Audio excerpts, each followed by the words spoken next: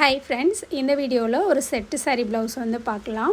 ஒரு செட்டு சாரீ ஒரு 7 ப்ளவுஸ் வந்து ஒரே மாதிரி ஒர்க் பண்ணி கொடுத்துருந்தாங்க. இது வந்து ஒர்க் வந்து நான் பண்ணல, அவங்களே வந்து பண்ணி கொடுத்துருந்தாங்க.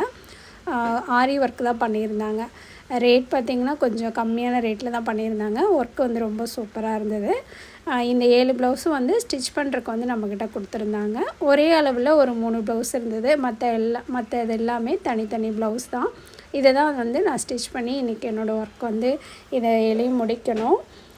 இதெல்லாமே எடுத்துகிட்டு ஒன்று ஒன்றா கட் பண்ணணும். அளவு ப்ளவுஸ் ஒரே அளவு அப்படின்னா நம்ம ஒரே அளவாக கட் பண்ணிடலாம். இது தனித்தனிங்கிறதுனால ஒன்று ஒன்றா பார்த்து கட் பண்ணணும்.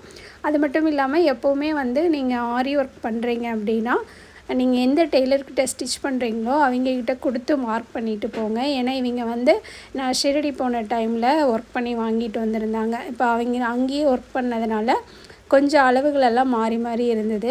நம்மளே வந்து மார்க் பண்ணி கொடுக்கும்போது நமக்கு கொஞ்சம் ஈஸியாக இருக்கும் ஸ்டிச் பண்ணுறக்கு. நான் எல்லாமே வந்து ரெடி பண்ணிவிட்டேன். ஒர்க்கு இப்படி தான் இருக்குது. கொஞ்சம் ஜமிக்கி ஒர்க்கு, ஜர்தோசி எல்லாம் சேர்த்து கலந்து பண்ணியிருந்தாங்க. ரொம்ப சூப்பராக இருந்தது.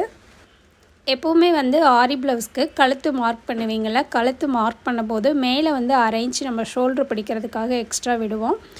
கட்டிங் பண்ணும்போது அந்த மாதிரி நம்ம விடுவோம். இது மார்க் பண்ணி கொடுக்கும்போது நீங்கள் அந்த 1/2 இன்ச்சு வந்து இதில் மார்க் பண்ணக்கூடாது. கரெக்டான அளவு மார்க் பண்ணி கொடுத்தீங்கன்னா தான் நம்ம அதுக்கப்புறம் ஷோல்டருக்கு எக்ஸ்ட்ரா வச்சு பிடிக்கிறதுக்கு சரியாக இருக்கும்.